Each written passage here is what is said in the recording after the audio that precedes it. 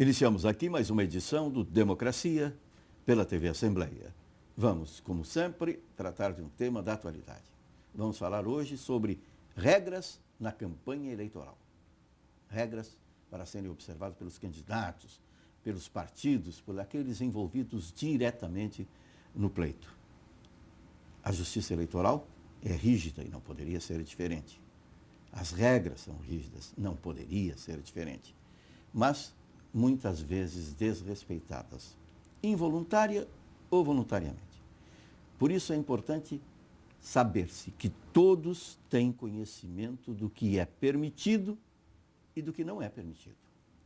Por isso é importante que se faça também programas desta natureza. O Democracia é da TV Assembleia do Rio Grande do Sul, do Legislativo Gaúcho, e tem este compromisso permanente com a população, que é também o eleitor, a eleitora. Por isso trazemos convidados especiais a este espaço, para manter esta conversação com os telespectadores, levar o seu conhecimento, a sua experiência e, sim, orientação àqueles que estão aí, que não poderão alegar ao fim e ao cabo que não tinham informação sobre isso. Importante para o candidato, para aqueles que estão envolvidos com candidaturas, muito próximos dos que estão procurando o cargo eletivo. Por isso trazemos a Democracia de hoje, aqui nos estúdios da TV Assembleia, mais uma vez, para a alegria de todos nós, o doutor Antônio Augusto Maier dos Santos, da Comissão de Direito Eleitoral da OAB Seccional do Rio Grande do Sul, e o doutor Mário Rocha Lopes Filho, desembargador aposentado, representando a respeitabilíssima Ajures. Para a primeira manifestação sobre a pauta de hoje do nosso Democracia, nós convidamos o doutor Antônio Augusto Maier dos Santos. Tudo bem, Antônio? Tudo bem, Batista. Uma alegria muito grande retornar aqui no Democracia, que é sempre uma oportunidade de diálogo com os telespectadores, sobretudo porque o tema é sempre atualizado e especificamente na companhia do Dr. Mário Rocha Lopes Filho, meu amigo, companheiro de debates, conversas. O privilégio é meu. Pois olha, Batista, nós temos uma situação muito interessante com relação ao que diz respeito à internet. A eleição, seja ela municipal, estadual, ela tem uma característica, né? Ela absorve os componentes da modernidade, ela vai se transformando, vai se adequando naquilo que a vida, do ponto de vista das exigências sociais, estabelece. E a internet não foi diferente. Ela estabeleceu agora, 2014, uma espécie de condição. Ela é decisiva e ela é informativa, porque ela estabelece, além dos pontos críticos, a possibilidade do diálogo, do debate, da interação. Sobretudo porque há muita epiderme nessa coisa da eleição, há muita pulsação, há muita indignação, elogio, crítica. Então isso acaba fazendo com que tenha-se na internet um canal para que se desague, para que isso seja interagido, dialogado. Só que o que não pode, Batista, é excesso. O que não pode é romper a fronteira da legalidade e se estabelecer a internet como terra de ninguém. Esta é, sem dúvida nenhuma, uma das exigências mais severas que os dispositivos legais tentam, de uma maneira muito pertinente, barrar. Ou seja, diálogo, veemência, ênfase, pontos de vista até exacerbados. Agora, o que não se admite, o que não se tolera, é que haja uma crítica que desborde, que seja ofensiva e que seja criminosa. Por conta disso, a legislação vem se aperfeiçoando e vem estabelecendo dentro da internet verdadeiras comunidades e fóruns para que os temas palpitantes da eleição sejam debatidos. Daí a preocupação, e aí vai o elogio à democracia e a esta casa, que estabelece um debate dessa envergadura. Por quê? Porque a mídia da internet é uma mídia que só é acessada e, digamos assim, visitada pelos interessados. Ela se distingue do panfleto, do jornal, da revista e mesmo do horário eleitoral gratuito. Por quê? Porque é necessário que haja efetivo interesse do internauta, daquele que tem participação nas redes sociais, em participar disso. Aí entra o componente de temperamento que a lei eleitoral estabelece, qual seja, isto tudo é muito bem-vindo ao cenário democrático, desde que se estabeleça um convívio civilizado, razão pela qual a lei estabelece direito de resposta, ela criminaliza condutas levadas à internet de modo incompatível com o sistema democrático e, fundamentalmente, Batista, ela estabelece penalidades muito severas. Por quê? Porque nós temos uma exigência de padrão. Dr. Mário Rocha Lopes Filho. Em primeiro lugar, Batista, eu agradeço o convite que a mim foi feito e estar com o Antônio Augusto aqui, como disse, é um privilégio, novamente. De qualquer forma, eu quando cheguei aqui nesta casa, conversando com o pessoal que aqui trabalha, eu me apercebi de algumas coisas que são fundamentais.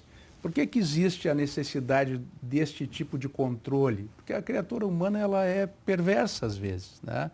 E para poder suplantar o seu adversário, ela acaba usando de estratégias que são equivocadas do ponto de vista ético e também jurídico. E nos leva a essa situação de fato.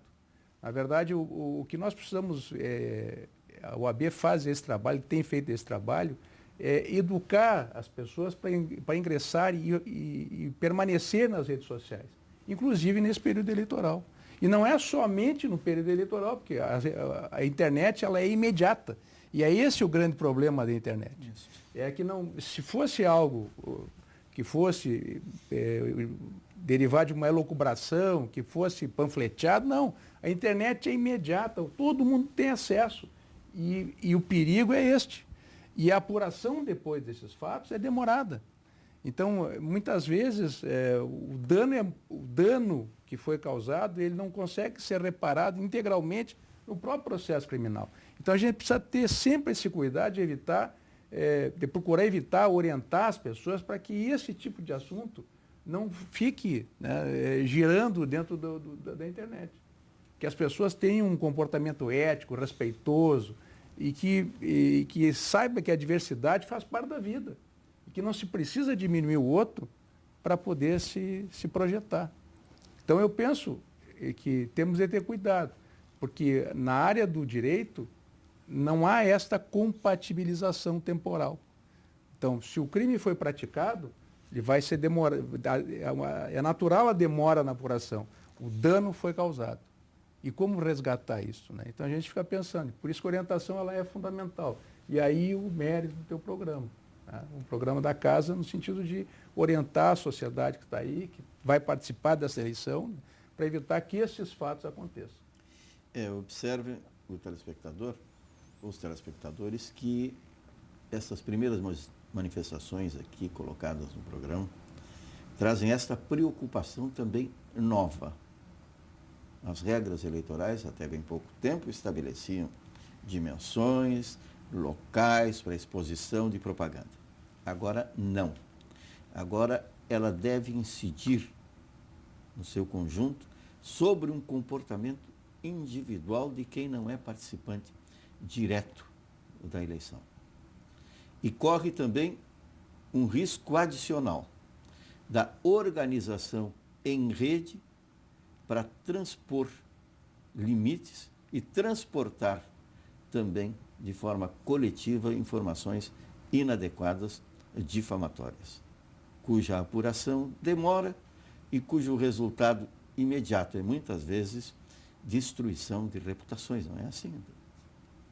Exatamente, o doutor Mário tocou num ponto importantíssimo, qual seja a reparação disso num processo, sobretudo quando se discute eleição, que ela é naturalmente emocional, emocionante, ela tem um conteúdo muitas vezes de intransigência com aquilo que o outro pensa.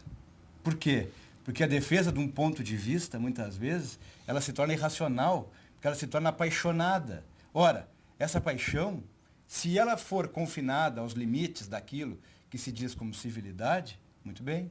Agora, se ela transpuser a linha, se ela ultrapassar, se o juiz não apontar que a bola saiu atrás da área e aquele escanteio ou tiro de meta na lateral, o jogo não pode continuar jogando. Por quê? Porque aquilo ali é uma infração. E o Mário tocou num ponto relevante. Se já é difícil restaurar, recompor, no momento que seja aquele do crime, o que se dirá no processo eleitoral? Quando a dinâmica, a capilaridade, como se costuma dizer, é muito mais intensa, muito mais imediata. E outro aspecto relevantíssimo que o Mário tocou é a questão da imediatibilidade. A internet ela é imediata. E às vezes o que está no minuto seguinte já não está mais. Na hora seguinte já foi deletado, desapareceu. Portanto, e na linha do que tu ponderas, Batista, aquilo pode arruinar uma carreira política, uma eleição, porque recompor aquela situação é muito trabalhoso. É uma situação realmente engenhosa. Daí porque, primeiro, o pioneirismo da lei eleitoral, antes do Marco Civil, estabelecer critérios já de controle da internet. E, em segundo lugar, o fato de que, por conta, eventualmente, dos acirramentos eleitorais, a lei estabeleceu, inclusive, direito de resposta na internet. Claro, podem aqueles mais céticos pensarem, mas é um lirismo, é um romantismo estabelecer direito de resposta na internet. Não. Na verdade, por conta das características do meio de comunicação internet, pode sim imaginar-se difícil. Entretanto, como as comunidades são mais ou menos periódicas, frequentes, coerentes, até fiéis aos segmentos, isso se torna muito, muito, muito palpável. É uma facilidade de identificação. Exato, porque as comunidades são afins. As pessoas, mesmo aquelas que dialogam, que se digladiam, elas têm uma afinidade por conta do instrumento que é a internet. Aí o acerto da legislação, de maneira até pioneira, e volto a ressaltar, muitas vezes alguns interpretam isso, Mário, como um lirismo. Ah, direito de resposta na internet. Sim, mas as comunidades são as mesmas. Os interlocutores, na maioria das vezes, se repetem. Portanto, nada mais coerente que estabelecer isso, desde que nos padrões legais tenha as características ofensivas, tenha características até criminais. Agora, o que não pode é a simples, digamos assim, exacerbação, a veemência, caracterizar-se como direito de resposta a uma ofensa. O Mário tocou num ponto. Muitas vezes o ser humano, por conta até mesmo da sua irracionalidade, quando se envolve numa situação de sim ou não, o meu é melhor, o teu é pior, acaba cometendo deslizes. Agora tem que ver se o deslize vai a ponto de caracterizar crime e mesmo assim se isso é punível. Então eu penso que o contexto é muito, digamos assim, adequado. Agora, é preciso sempre reforçar isso. O bom de tudo isso sempre é estabelecer obediência aos limites que a lei determina. Quem obedecer à lei eleitoral não vai ser alvo de discussões dessa natureza. É simples. Não é importante aí a função dos partidos em começar a levar instrução àqueles militantes, aos ativistas, para estabelecer parâmetros? Tomara, Batista. Assim se espera. Porque nenhuma candidatura no Brasil decorre do interesse avulso. Elas decorrem fundamentalmente da filiação partidária. Então, aquela agremiação que tem nos candidatos uma relação jurídica de filiação partidária, de disponibilizar, Mário, a candidatura, é ela que tem que estabelecer congressos, simpósios, reuniões entre os candidatos para orientá-los de modo ao quê? A obediência estrita aos dispositivos legais. Porque nós sabemos que é da falha humana desconhecer leis. Sim. Agora, a lei também ela é de uma sabedoria absoluta quando ela estabelece, olha, o desconhecimento dela não impede que o candidato, que o interessado e o terceiro sejam punidos. Portanto, a responsabilidade, Batista, inicia-se e termina nos partidos. Eles viabilizam as candidaturas, eles têm interesse nos candidatos, portanto, é deles a responsabilidade. O próprio Código Eleitoral, embora de 1965, estabelece lá uma regra de responsabilidade solidária. Portanto, é sim relevantíssimo que o partido tenha cuidado com isso, até porque, se é dito e sobredito que a internet é decisiva numa eleição, como os partidos têm a absoluta totalidade das questões registrais de candidatura, cabe a eles fomentar essas obediências. Essa função orientadora deve começar exatamente pelo partido, com os seus candidatos, que por sua vez levam essas informações, este seu conhecimento, à militância. Não existe o candidato avulso, de forma alguma. Se me permitir, Batista, falaste aqui da regra da experiência, né? Eu fui juiz eleitoral há muito tempo na minha vida, mas muito tempo mesmo. E eu me recordo que em algumas cidades, quando havia essas eleições, seja municipais ou essa a nível nacional, estadual e nacional, o que eu fazia o juiz eleitoral? O juiz eleitoral chama os representantes dos partidos e transmite aos representantes dos partidos o regramento. O que se pode e o que não se pode fazer. Acho que isso também é missão da Justiça Eleitoral. Vamos falar sobre isso no segundo momento do Democracia, especialmente sobre esta orientação que não muda. Os elementos, o instrumental, sim, pode ser novo. Mas o regramento, foi dito agora, 1965, precisa ser respeitado. Mais do que isso, precisa ser conhecido.